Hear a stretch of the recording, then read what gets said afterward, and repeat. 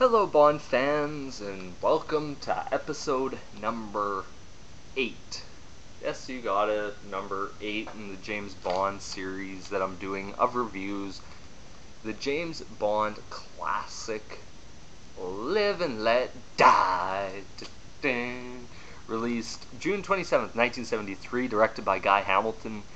At the box office, made $161.8 million, which was quite a shock, considering, like, On Her Majesty's Secret Service made, one second, I have it here, $87.4 million, and the next one made 116. So when this went up to 161.8 million, they're thinking, oh my god, we got another hit on our hands. Starring Roger Moore as James Bond, Jane Seymour as Solitaire, Yaphet Kotto as Kananga and Mr. Big, Clifton James as Sheriff Pepper, Julius Harris as Tee-Hee, Jeffrey Holder as Baron Samedi, Bernard Lee as M. Lois Maxwell as Moneypin. The plot to this one is after 3 agents are killed in the U.S., Bond is sent to investigate the deaths, where he meets Mr. Big and is trying to bring him down. A.K.A. Kananga, Mr. Big, same stuff. So, scenes from this is the San Monique dance scene at the beginning with the snake and all that. And then you get the Eon vid, which is very, very important in this, because this was the first one not done, I believe, by John Barry. This is completely on his own, written and everything by Sir Paul McCartney. And this song is very famous. Like, it's probably... not sure about this. Like, Paul McCartney, after leaving the Beatles, formed a band called Wings, which doesn't... I don't think it's enough respect for actually how really good they were. And I'll even say it, they were 100 times better than John Lennon's band that he formed after the Beatles, but that's just me. Roger Moore is Bond, and not sure if people know this or not, James Bond and all that, Sean Connery and Roger Moore. Roger Moore's 2 years older than Sean Connery, but it doesn't look like it because Connery's more the rugged looking guy. I think this brought in the suave, sophisticated Bond that we get for the next,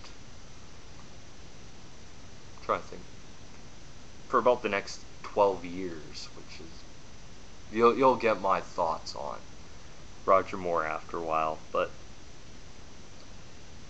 there's a missing Italian agent, James Bond slept with her, all this stuff at the beginning. Solitaire is introduced, meets Bond. And one thing about Jane Seymour is, back in the day, she was gorgeous.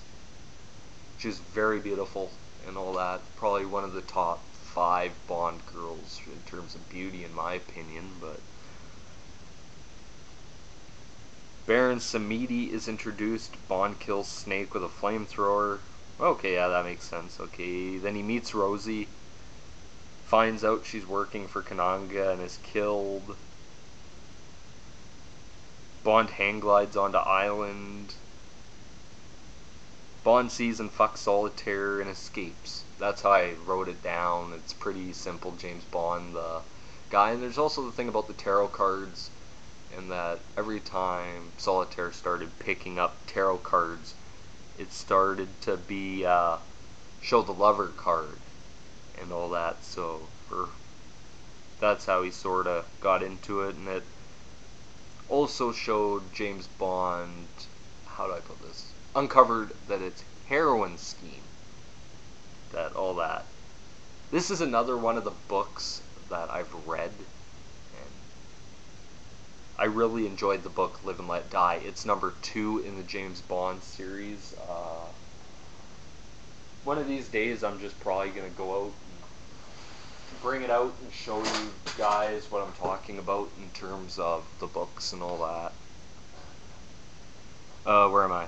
Okay, yeah, then you get the epic bus chase scene, which Roger Moore took some training on how to drive a double-decker bus. And there was the part where they thought they had Bond and all that, because there's this tunnel and all that. And there's a tunnel, like, going through, and it's lower than the bus. So they think, oh yeah, we got James Bond. So what he does, he drives in, the top half shreds off, drops, car hits it, bye-bye bad guys, James Bond escapes with Solitaire. And then you get the plane chase scene where, if you've ever been James Bond and all that, you've seen the plane chase where they're just driving around and all this, the airport runway and everything, and by the end the plane's completely smashed and everything. But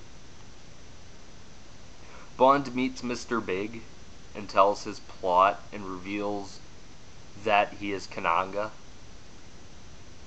Bond escapes alligators and crocodiles. Like, this is a pretty, for the day, it was a pretty over-the-top scene, I'd say. It was just over-the-top, and there's a time where over-the-top is good, and there's a time where over-the-top is, should we really have put that in there? But Bond lights the cabin on fire, or the lab on fire, where he's making heroin and smuggling it and all this stuff, which is around the crocodiles. He blows it up and everything. Then you get the epic boat chase scene. This was like a 20-25 minute boat chase scene, which I absolutely still think is one of the better Bond chases, because this like never ended, and even when it ended, you're like, oh man, I wish it could have gone on longer. And then, oh god, I have to talk about this. J.W. Pepper is introduced, and if you see my next review, you're gonna see why I don't care for J.W. Pepper at all. Even looking back on it now, I still think J.W. Pepper hurt, live, and let die. So I don't see why they brought him back for the next movie. It just boggles my mind. Sometimes some of these, it's sort of one of those things where you're like, what was Harry Saltzman and Albert Broccoli thinking, or the casting director? Why the frick didn't they fire him after this? But then you get the death ritual scene for Solitaire and all that. Bond assault on the island. Bond rescues Solitaire on the island. Mr. Big captures them and explains business to Bond. Bond kills Shark and Mr. Big with compressed air round that made them float up, and then they just boom. Bond faces Tee-Hee in a very similar sort of From Russia with Love type feel to it. It was pretty good. And then you get the ending credits where they escape, and Baron Samedi's on the front of the train, I believe, laughing at the end of the movie. It was pretty good. I quite enjoyed it. My rating for it, for this movie, if I had to give it a rating, I would probably an A. Like, I'll say it's an A. It's not quite an A+. I don't think I've met an A+ James Bond yet. But it's a solid A. If you can get rid of... If you could get rid of some of J.W. Pepper out of that, I would have given it an A+.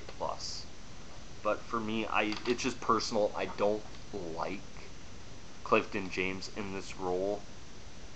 Even in the next movie, I'll go probably more off on the next movie on this. What was my thoughts on the movie? It was good. For James Bond, it was good. It was believable in parts. There's some parts where it's over the top, and with Roger Moore, you'll get more of my thoughts on Roger Moore as we go on in this series. But yeah, so that is my review of James Bond's film number 8. Live and Let Die. The next movie is The Man with the Golden Gun. This is Music Sword. Peace.